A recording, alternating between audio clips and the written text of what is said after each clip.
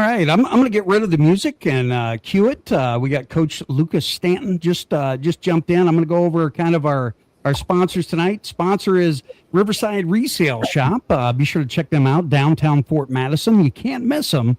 And she's got sales every day. It's almost crazy when those things hit up. Well, anyway, tonight we're in for a special treat. Coach Stanton, he's been coaching 21 years, 7 years at Solon. I think I remember, were you at Anamosa prior to Solon? Yeah. Okay. Did you run the triple option or not? No, we didn't. Well, we ran some triple, but not the flex bone and all that they were running before I got there. Okay. Yeah. I'm kind of a flex bone guy, and I know that the guys beside us, they're spread out like you are, Coach. But I do want to throw out he's got his wife Kate, 3 kids, Noah 8, Grace 4, and Emma 2. They're probably the most important aspects to your team anyway, right? Oh yeah, that's the team. You 100%. Now. The coach show, we figured this out. I think it was way back in 2018. I'm surprised we haven't had you on here before then. Yeah, you know what I'm saying, but you know how life is. It kind of goes back and forth. Now, you just got done with a leadership council. Yeah, we had a leadership council meeting tonight with some of our guys. Yeah, and I'm going to let Dee Dee jump in with question 1. Yeah, Coach, thanks for jumping on with us. And thanks for having me, guys. Appreciate it. Yeah, man. Really excited about, I know we've had conversations, but letting our listeners know kind of your background in football and coaching, everything up until this point. Yeah, so, it's funny you were bringing up the flex bone and the triple option. I grew up playing in the wishbone. 9 miles north of here. I went to high school for our rival school at Mount Vernon, isn't that crazy? Yeah. So that's where I grew up and played there. And then in college, we ran the flex bone until my junior year of college. When I went and I graduated from Cornell College. And I think it was like my junior and senior year, we kind of transitioned to a more modern, if you will, offense. And then from there, I transferred there my freshman year. I went to Luther College first and, had kind of been in Mount Vernon my whole life. So anyway, went and GA'd at the University of Dubuque and coached on the defensive side there, and then came back to Cornell, coached there for a few years, and was getting my master's in the secondary ed, and had a friend out in Ohio that needed help with a high school program. And I was kind of, I coached Division III for, 5-6 years, and just kind of wasn't sure I knew I wanted to coach, I wanted to help kids and teach and all that. Just wasn't sure if Division III was if I was willing to stick with it for 10, 15 years before I got a position where I could, make enough money to survive on and provide for a family and all that stuff. And didn't know if I wanted to bounce around all the time either. And so I went out to Ohio with him. I was single, and it was great. Those kids out there, I feel bad for them because I was not a great coach. Thought I was. My buddy and I both, we tried running everything. We both came from college, so we tried running everything that we ran at the college level. And the size of school that it was probably the size of Liberty High School, maybe a tad smaller. And there was only 27 kids out 9 through 12 when we got there. And so we had some work to do, recruiting was one. We had to go recruit kids. And, I got out there in July, so we didn't have a lot of time to do that. But we got the numbers up. They hadn't had a lot of success. But man, it was I was cutting my teeth. We were the oldest guys on our staff probably at that time, with the exception of one, and we were 27. Wow. I think. And yeah, I learned a lot by, just by being thrown in the fire like that. And we did it all. We both coached offense, defense, called it. We were co-head coaches, running the weight room. And then after a few years out there, I just, I wanted to get back to Iowa. My sister was having kids, and family was important. So then was at North Cedar for 3 years, and then Dubuque Wallet for 1, and then Anamosa for 3, and then to Solon. So wasn't necessarily a model of consistency there for a while, but you have your reasons for making changes, and I had my reasons, and they were all good reasons. And some of them were family, some of them were just needed a fresh start. When I was at North Cedar, when I left, I was doing AD, Dean of Students, head football, coached basketball, and my wife and I were getting ready to have kids, and she was an elementary principal at the time, and I'm just like, this is not going to work. So I wanted to get back in the classroom. I wanted to get back just being with kids in the classroom, in the weight room, being a strength guy, and had a chance to go coach with Travis Zajac at Dubuque Wahlert, who him and I coached together at the University of Dubuque. That was the connection. So he had a position open, and I went up there, called his defense, and then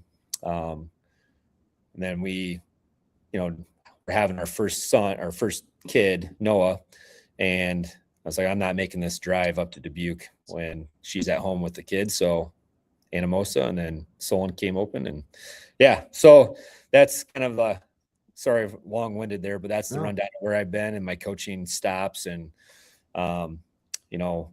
my experience. And through that time, just the connection to Solon was I played with like 3 or 4 guys from Solon.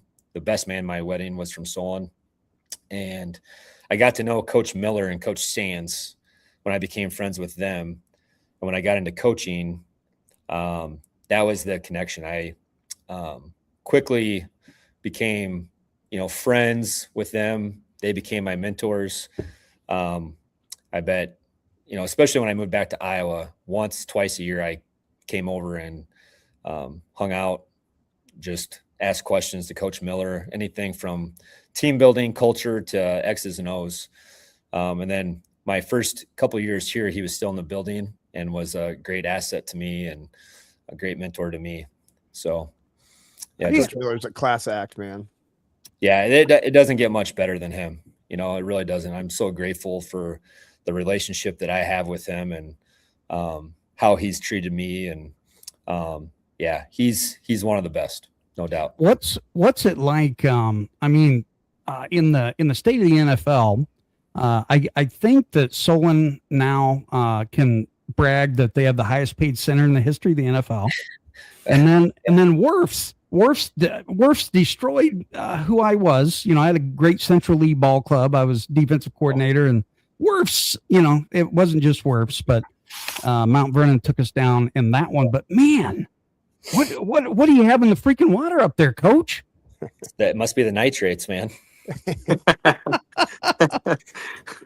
Oh shoot! It's got to be freaking exciting though. It's exciting as an Iowan. You know what I mean, to be able to portray that. It's pretty incredible to have 2 quality players like that 9 miles apart in the state of Iowa, and then both played at the University of Iowa, for Coach Ferentz. And Linderbaum pinned Worf's, correct? Once. Yeah, he beat him once. So, that was a big Twitter debate. Yeah, and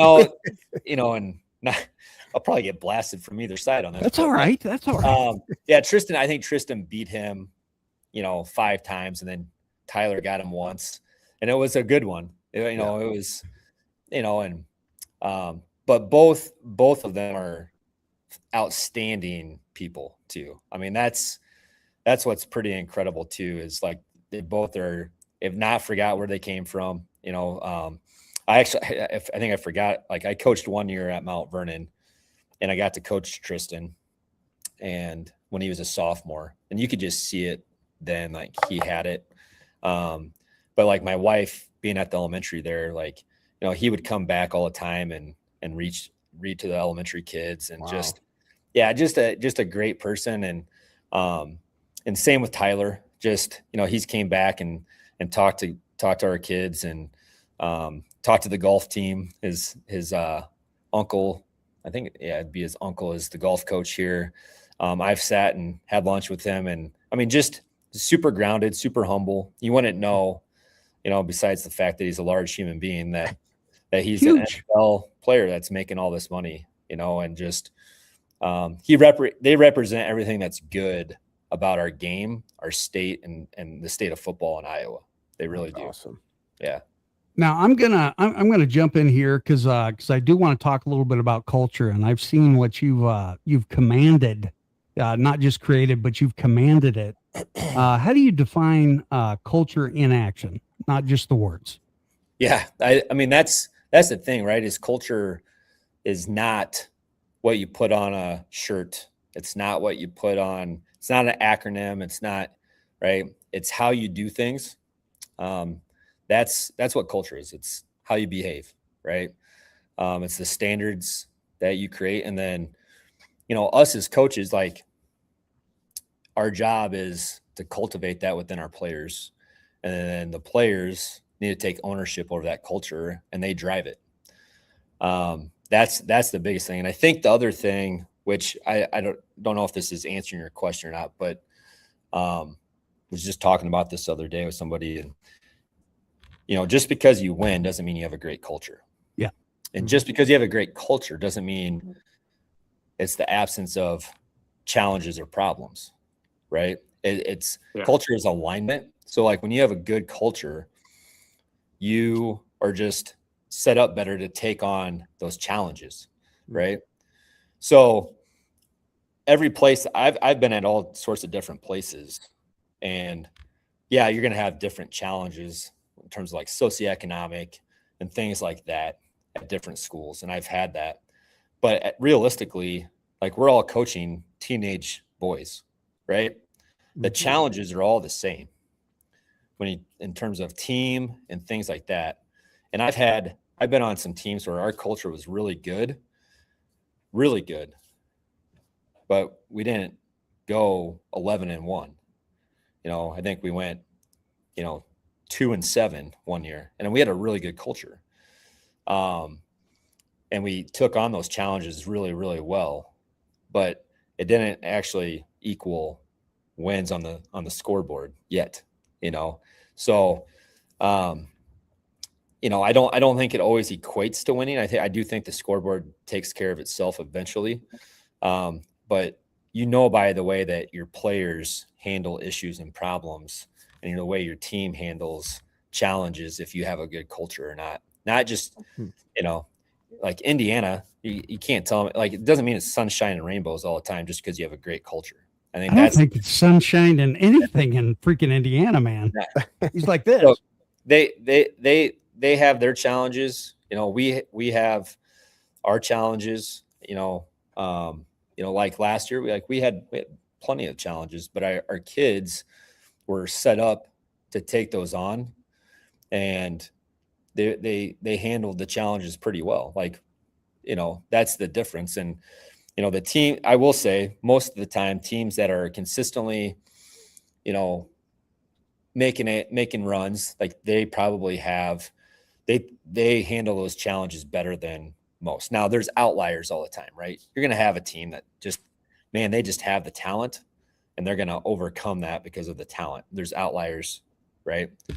But when your kids are driving that, like, you'll know, like when you have people that are saying to teammates, like, that's not how we do things here, and they're holding them to that standard, and it's not coach driven all the time. Like, that's when you have a good culture,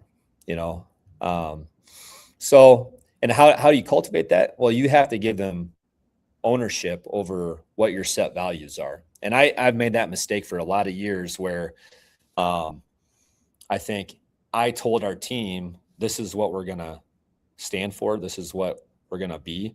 Now, as coaches, I think there's non-negotiables on offense, defense, special teams, how we tackle, things like that. Okay. I'm not talking about that. I'm talking about like the values of, and that's what we're working through currently. Like, what are our values for this 2026 team going to be? Right. So, last year it was love, effort, growth, integrity, and trust. Right. So what does that look like? But like, I didn't come up with that. I didn't put that on the players. Like, this is what we're going to be. This is our value system. They came up with that themselves. I help guide them. I help, hey, this is how we're going to come up with it. But what do you guys think that this team, and I believe at the high school level, especially, like, some people don't agree with this. Some people think you need to have a year by year, like every year, consistent, acronym, whatever you want to call it, values, but I think every team's different. Yeah. You get a new group of sophomores that are going to be juniors next year that have never played with these guys. There's a different set of challenges, right? Mm-hmm. Some years you have a 3-year starting quarterback. Some years you breaking in a brand new quarterback. Some years you're replacing your whole offensive line, whatever it may be. Okay. And I think by giving them ownership over that, because they should know their team better than even us as coaches, honestly. They're together all the time. So I tell them, like, what does the 2026 team need to be successful? Like, what do you guys feel like? And they come up with it. And then, and this is kind of like my clinic talk a little bit this coming weekend at the South Iowa Clinic, but it's their team. If you want them to own it, they need to come up with it. It can't be us as adults or coaches saying, this is what we're going to stand for, and, blah, blah, blah. Especially kids now, that's just not how they need ownership. And if you want to build leaders and you want to drive that culture, like, they have to take that. And then when you are facing those challenges, or maybe they're not living up to those values, it's easier to go back and be like, well, you guys decided this. It wasn't me, right? It wasn't the assistant coaches. Like, you guys, and you put all the pressure kind of back on them, and then they have a choice, right? They have a choice to make. And that's kind of just how that's been the big shift for me in the last, I'd say like 4 years, how we've changed that. And I feel like that's helped. 3 years ago, I didn't feel like I did a good job as the leader of the program of cultivating that leadership and that culture. Like, we never had like a toxic culture or anything like that, I don't think. And but there were some times where I just think, like, this isn't sitting well with me. Like, this isn't good enough. Like, we just have a bunch of guys that lead by example, which is good, but that's only just meeting expectations and standards, right? You need guys to, like, lead others. They need to take that next step to lead other people. They have to be equipped with that. That's really hard. I mean, that's hard for us as adults, guys, let alone teenagers, right? Very true. So I put it on me. I was like, that's, me as the leader of the program, that's my fault for not equipping them and showing them and giving them tangible ways to do that. So we made some changes. And, I think you never feel good when you walk off the field for the last time, but there was a moment a couple years ago where we lost a game, and great group of kids, all worked super hard. But I just didn't feel like we had the guy, like, I didn't teach them how to lead their teammates very well. And in those tough moments. And that was something that I was like, man, we need to fix that. And so that we've been trying to do that. Awesome. So, yeah. I do want to jump in. Be sure that you punch Kovac. He's the head coach of Centerville, right in the gut for me next weekend.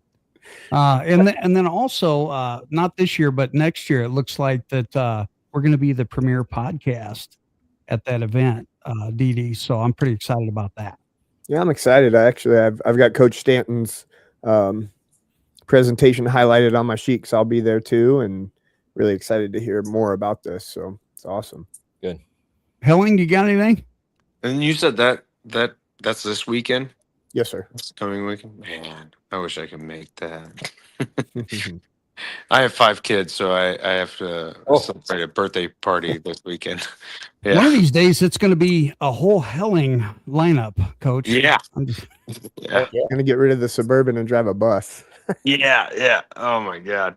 So that was one big. You kind of answered a big part of like where my train of thought was, and what I wanted to ask you was about like how do you form your culture up there, and that's right now one of the biggest battles I'm facing right now. I'm the head track coach, and um, we've had a big roller coaster of variety of kids in the last 3 years. So this is my third year, and it's just I'm always trying to pick other coaches' brains and what do they do and how does it work, and yeah, it makes a lot of sense when you say, "Hey, let the kids choose," and that gives them motivation and direction in which and what they want.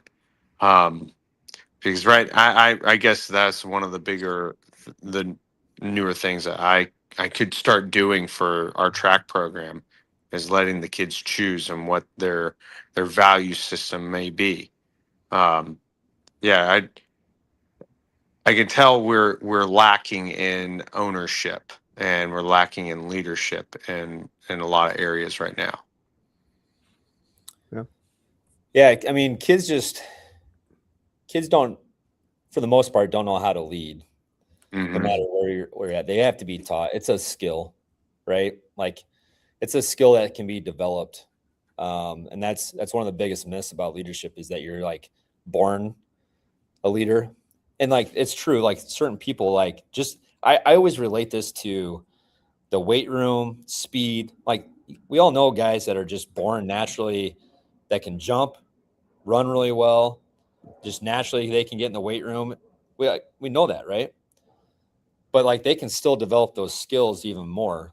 And then we all have those kids. We've all seen those kids that, man, their freshman year they come in the weight room, and then by the time they leave as seniors, holy buckets, how much they've grown. Leadership's the same way. It's a skill, and you got to rep it, and you got to give them opportunities to rep it too. So that's one of the other things that I have changed over the years is prepping your leaders to lead as well. So giving them opportunities to lead, talk in front of the team, but not putting them like, not saying like, hey, I need you to talk to the team in like 30 seconds. I prep them like a day ahead or 15 minutes ahead so that they have time to kind of think about it and prepare.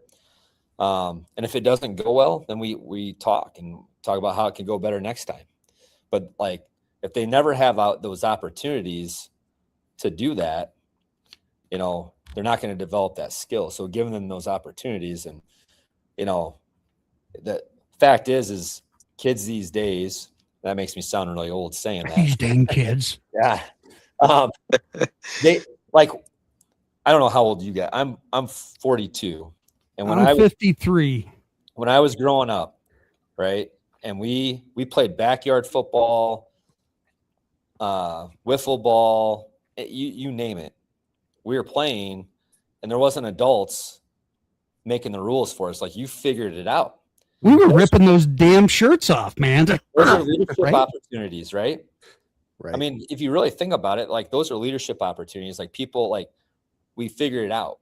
We worked through those things. But now everything's so structured. Yes. Because they start playing youth sports at such a young age, and there's always adults overseeing saying, nope, you're doing it wrong. You got to do it this way. Guys, knock it off. And we got parents that like intervene all the time. Which by the way, like I had to like get on my wife about that one time in the backyard. I was like, hey, let them figure it out. She's like, I know, I'm sorry. I'm like, just let them figure it out. They'll figure it out. They'll be fine. What's the dumbest rule that you guys made when you were just playing like street football? Oh, geez. Did you change your rules on the fly? I know my buddy that watches this, he'll say Banks did a lot.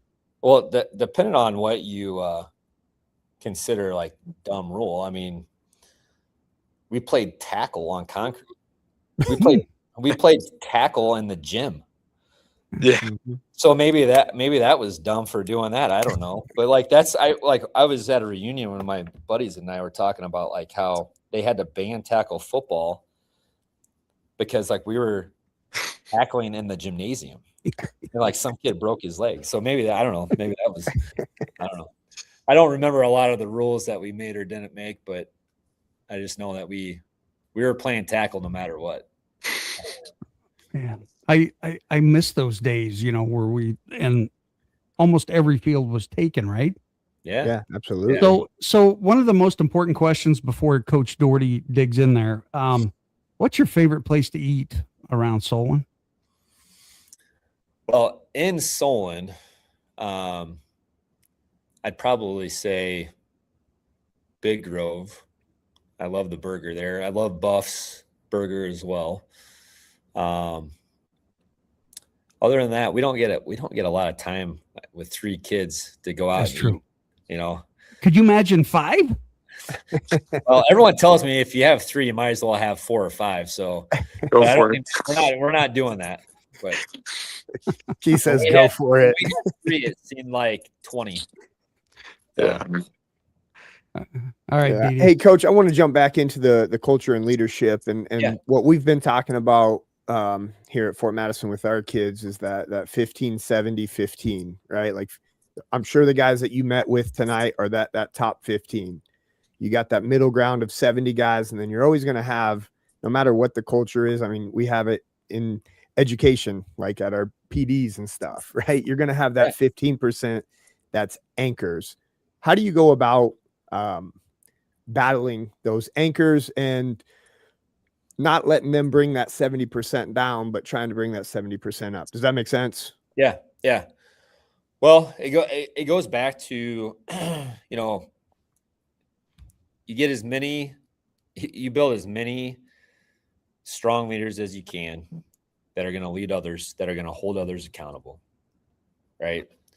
And you try to get as much player led as you can. And then I think what we do as coaches, and I say we just because I know I've been this way and it's hard not to be this way. And is we spend so much time focusing on the negative or the kids that aren't doing it right, that we forget to celebrate the championship behavior and shine light on that.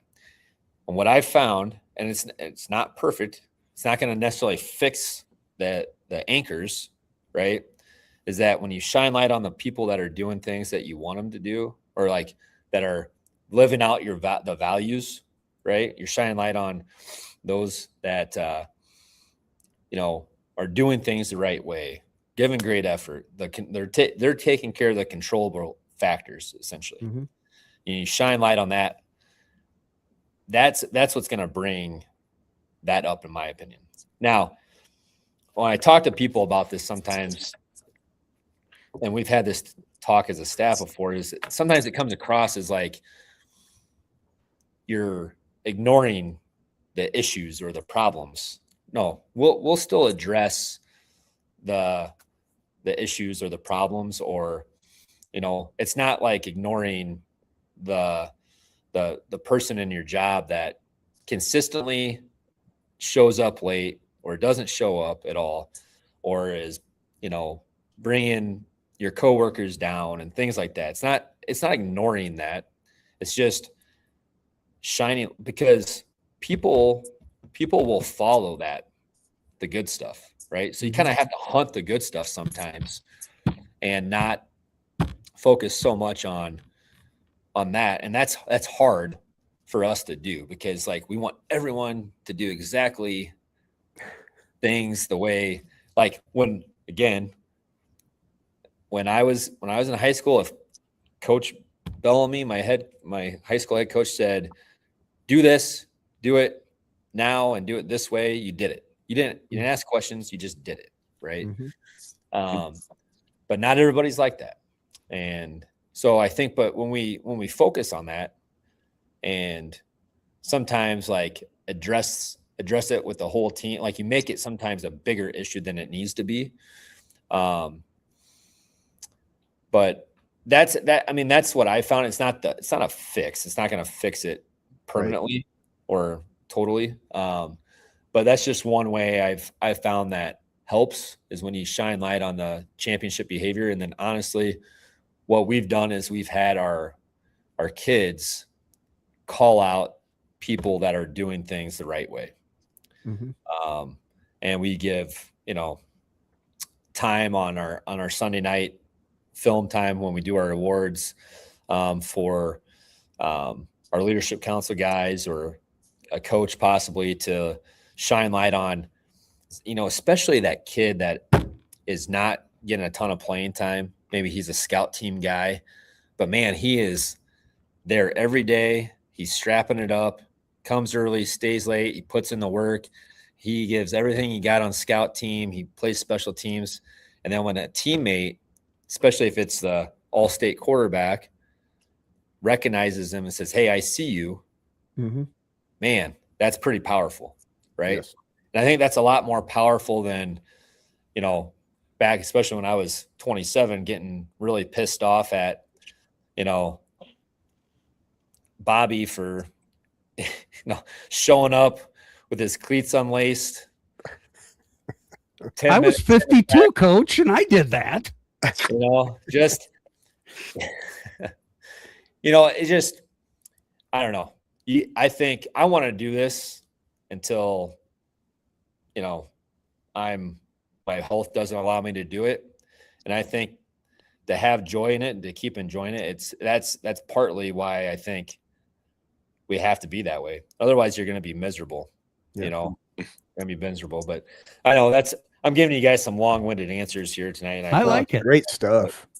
I get pretty passionate when talking about this. So, well, it's Now- interesting. I was listening to you and I was like, I in track never thought about like even I wasn't even against it, but it's just never something that I considered to be a thing, was putting together team captains for track and field. And I'm like, I know we have it in football. I played football and I just never thought, I was like, it's not that important. But now I'm just like, well, the way everything you're saying is just like, that's what I feel like we need. And now it's just like filling my brain with more and more quality ideas.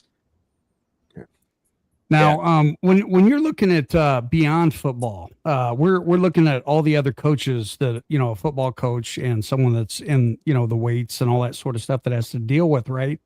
How do we build this culture across all sports, not just football? Yeah. So if you're thinking about it from total athletic program, I mean, your strength coach is super important in that role, in my opinion. And this it's not something we necessarily do yet. I've done it before in my strength classes, where we would have some leadership components. We would have, and honestly, that's probably where I would start if I'm trying to start it in a whole athletic department. I'm going to start it in the weight room, and I'm going to start the same way with the kids. And like, here's some non-negotiables, right? There's some non-negotiables on how you need to do some things in the weight room, just from a strength and conditioning standpoint, but also just a safety standpoint as well. And then I'm going to get those kids feedback on, here's what are you guys needing to be successful in here? Like, what is it that you need? Okay. And then I think they kind of need to also know, like, this is what I need as well as the strength and conditioning coach, because I think it's a little bit different setting in there, that you got to have your set of standards too as the coach in there. And I think you can kind of make some common ground there. And then maybe there's a way, and haven't really thought about this a ton, but maybe there's a way to have that within the strength and conditioning class, if you have the classes, to build that. That's probably what I would do. I think it's going to start there. And then if I'm the athletic director, this is going to be something I'm doing with my staff, all my coaches, right? Something I'm going to be trying to cultivate within my whole staff, all my head coaches in the building or in the high school, as far as talking about how to create culture leadership, just to kind of try to get everybody on the same page. And I would do it that kind of the same way, like, hey, what do we need and it just kind of trickles down. Just to kind of give you on the spot, what I think, that's where I would start. But yeah. That's awesome.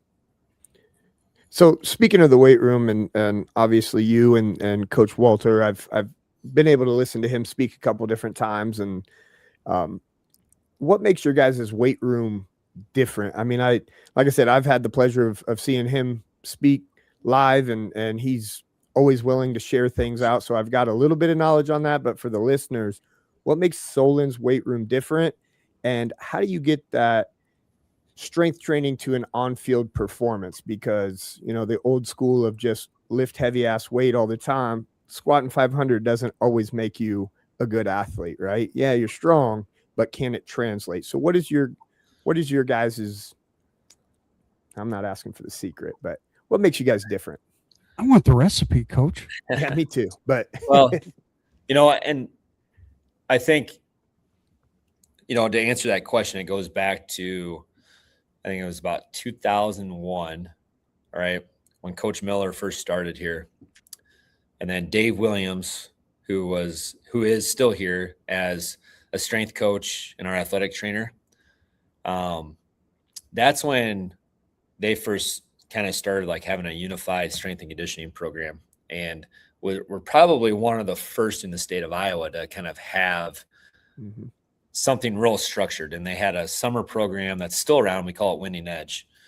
And Dave, along with Coach Miller and Coach Sands, kind of started that, and just got, buy-in from the kids. Right. And honestly, like, Dave's secret sauce is he keeps it really simple, and we just try to get really good at the basic stuff. Squat, clean, bench, and then a lot of bilateral movements, posterior chain movements, mobility, running, max velocity. I mean, it is nothing fancy. It's nothing, but that Winning Edge program would make probably like the Feed the Cats guys cringe a little bit. And I kind of lean that way a little bit, feed the cats, but it's blue collar, right? It is tough. It's some tough work in that Winning Edge program. But the thing is that the kids are all doing it together, right? And it kind of did start as a football thing, and it kind of sometimes has a reputation of being more football, but our girls do it. We'll have 150 to 200 girls do the summer program in June. And we have cross country boys do it, basketball kid, like it's not just football. And they all do it. So I think that helps drive the culture of like, we're suffering together. Yes. Yes. Right. Yep. So that's always kind of like a kickstart in June for us, is we do that 3 days a week through June. And then when we get into July, it's a little bit more full recovery, speed focused. Okay. We're still lifting. But that all started back in 2001. So, when this even goes back to the culture stuff, like I got to give a lot of props to those guys that were here from 2000. Coach Sands started before that, but like they were here 2001 to 2020, essentially, and they set the foundation, and now it's our job to keep it rolling. And I would say, having the strength and conditioning class, like the classes, strength and speed classes, has been a good change, because we have so many multi-sport kids. And that's the other thing is like, and I probably over push it at times, but I just like, we're not a big enough school enrollment wise where we can have kids just wearing one or two jerseys, throughout the year. Like we we need multi-sport athletes. Our basketball team needs football guys. We need basketball guys. Our baseball team, we all work together. We need wrestlers. Wrestlers need football guys. Like it's, just talking about our male sports, but like same with the girls. Like we need multi-sport athletes. And that's what we've thrived on. If you look at, the past records and teams and all sports here, like it's been because we've had kids participating in multi-sport. And when you can start off the year with some success, it just breeds more success as it goes. And if I was a wrestling coach and basketball coach and I didn't get my kids until like the second week of the season, because it's a little frustrating. I get that but the good thing is like, at least they're competing at a high level, right? Yep. For that sport. Like they're competing and they're going to come in a little bit behind. Maybe they got to cut some weight. All right. Maybe they got to get their basketball legs underneath them. I understand that. And if I was coaching those sports, like it'd be a little frustrating, but at the same time, it's like, man, at least they're doing that. And same if I was track and I'm not getting my basketball guys because they're playing in the state tournament, right? I get it. But that success and that competition really, I think, is undervalued sometimes by people that don't get it. They just, that to me, it carries over so much in what you do. And I know this was a weight room question, but so, Coach Walter comes in and it was good because now he's not the football coach in there. Like I was the football coach in there, and like it or not, like that's always going to be a bad stigma. And I don't know if it necessarily was, but I was okay with him kind of taking it over for the most part. Now I kind of assist where need be. And what's great about it is like for the football guys, it's a different voice. It's not me all the time. And he's really what he's really good at is attention to detail. Really, really attention to detail. And I feel like a lot of our technique has gotten better since he's been here. And, but he's been able to just kind of carry on what Dave's done. And those two kind of work hand in hand. Like Dave does our after school stuff still, and he's our athletic trainer, and then does our summer programming. And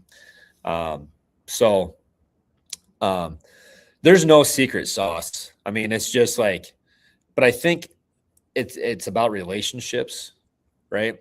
And then our head coaches of our other programs value the strength and conditioning aspect. They know that while like skill sports like baseball and basketball, like the skills are really important, obviously, right? Really important.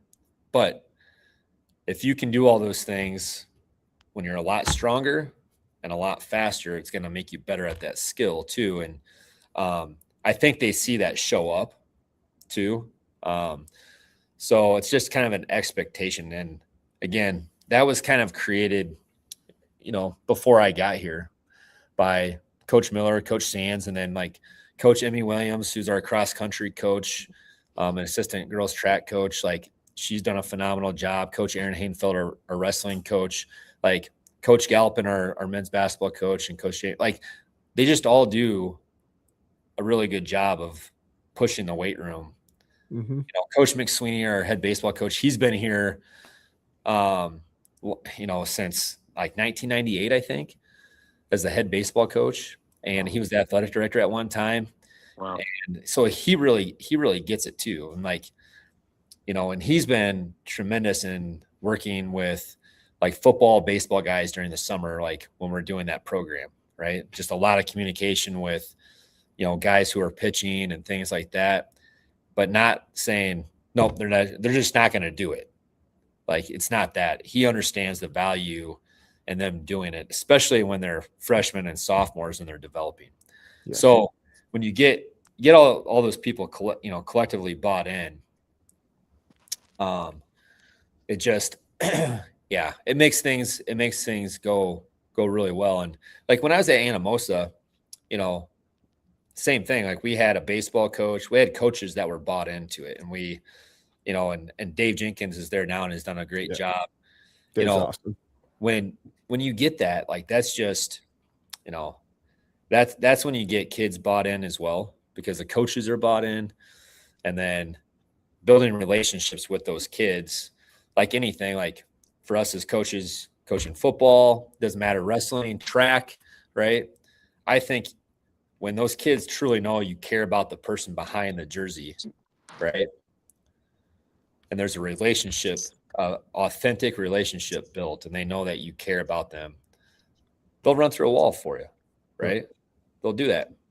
And they know that you have their best interest in mind, and you're just trying to help them maximize their potential. And I think that's the secret sauce. Like, you could put the crappiest in the weight room, in my opinion, you could put the crappiest programming together, but if you got kids that they are fully bought in, they're going to get stronger, right? They're going to get faster. Now, maybe that's way out there, but I probably over exaggerated that, but I'm a firm believer in that. I think when they see that you care and you're passionate about it. Yeah. I would agree with that. I heard a quote. I was at a clinic not too long ago, and the strength coach said, teenagers get stronger by slamming the door.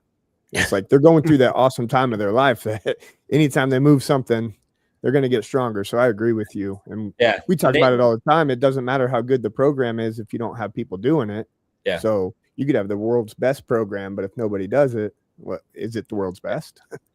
Right. And I honestly, I just think too, at the high school level, that simple is, less is more when it comes to the weight room. Like, you don't need, 10 different movements. You don't need all that fancy, like, they just need to learn how to, like, squat really well. And then, like, on one leg too, like single leg stuff is like, building that and being able to, do a pull-up. Yep. Can they build that posterior? Can they build that back? Like, obviously the boys all want to bench heavy. I get that, but that's for their ego. Right. Yep. But if they can do those things and they can do them well, but like anything else, you got to get kids to realize, like, the boring stuff is the good stuff, like consistently over time.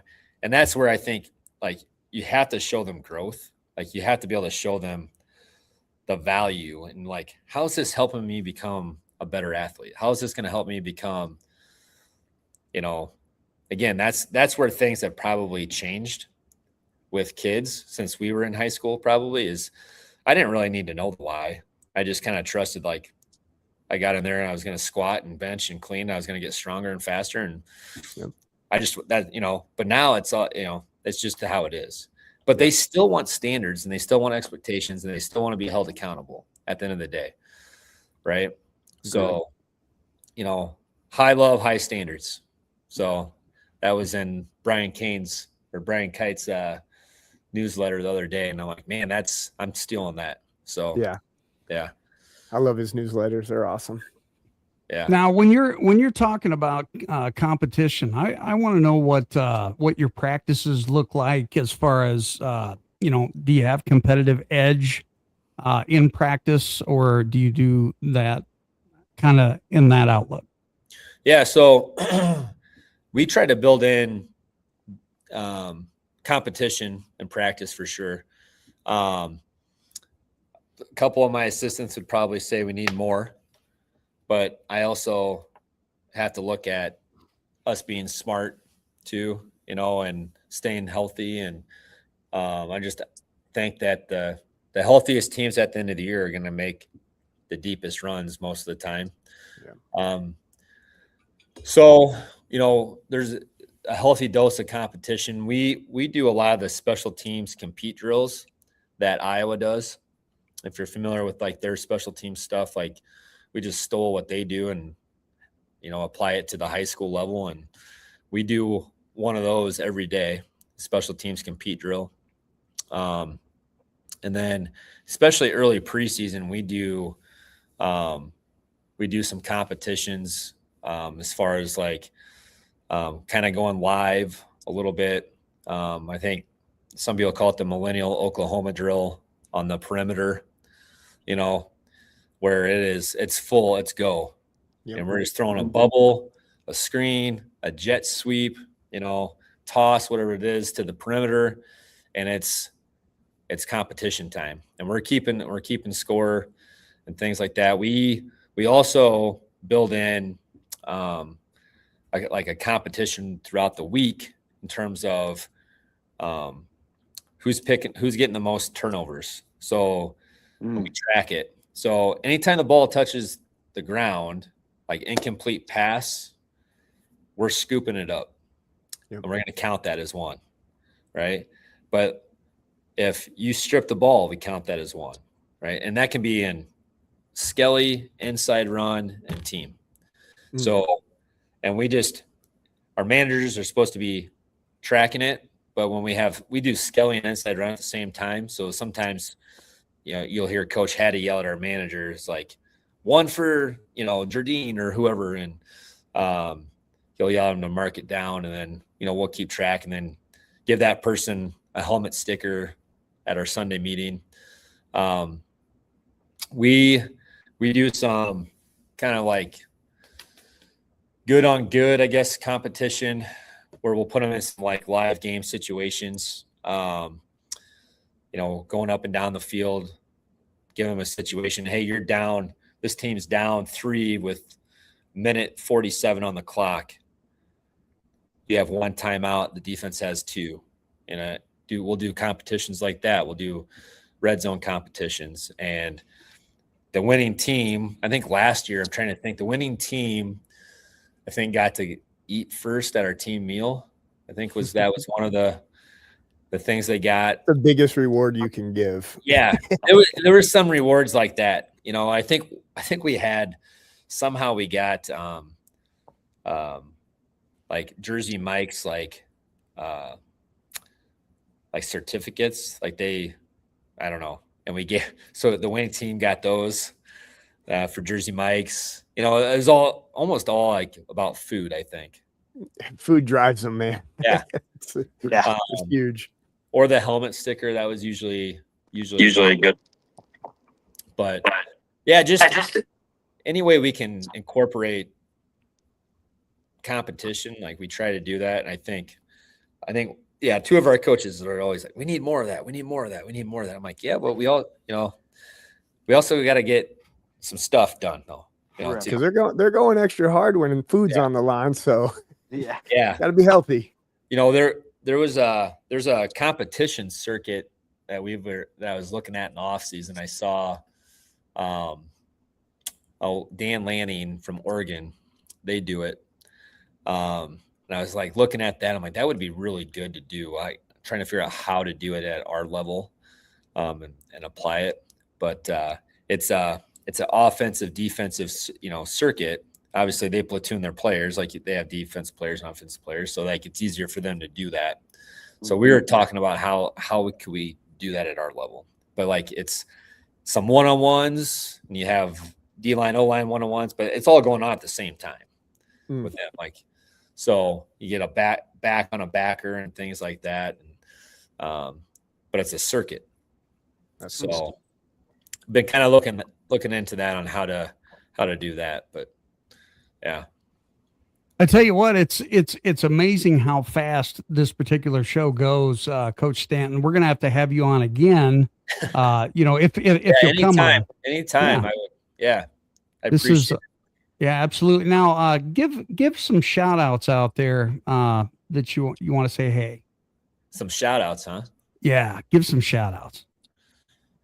Well, I probably got to shout out my staff. I don't know if they probably won't even watch this. They'll probably see that I was on and they're like, oh, I'm not watching that. Our defensive guys never watch. Okay, go ahead. Yeah. Shout out my coaching staff, my family. You know, I think I shout out to Coach Miller earlier and those guys, but I would there's no way they'll watch it, but our players, you know, shout out to all our players too. You got to make it mandatory, Coach. Yeah. No, I don't know if I want them to watch it. So then I'll just get razzed the whole week. So we don't get razzed down here in Southeast Iowa, do we, Coach? No, Did he? Right? stop. Kids are Oh. ruthless, man. I do have to tell you, because you mentioned Centerville. So Yeah. my dad grew up in southeast Iowa. I don't know. Actually, I don't know if Seymour, Iowa, is that considered southeast Yeah. Iowa? Yeah. Seymour was 8 miles from where I grew up. My brother and a lot of the Banks clan, they kind of hung out in Seymour. So I know that quite well. Yeah. Yeah. So my cousin graduated from Centerville. My aunt was the president for What's your cousin's name? Bo Sprouse. Yeah, I know Bo Sprouse. Yeah. Yeah. So Marlene Sprouse is my aunt. She was the dean and president at Indian Hills for a long time. Yeah. So yeah. So I've got southeast Iowa blood, man. That's So, awesome. That's yeah. awesome. Well, we'll have you on again. Tonight's show was brought to you by Riverside Resale. Check out the store today.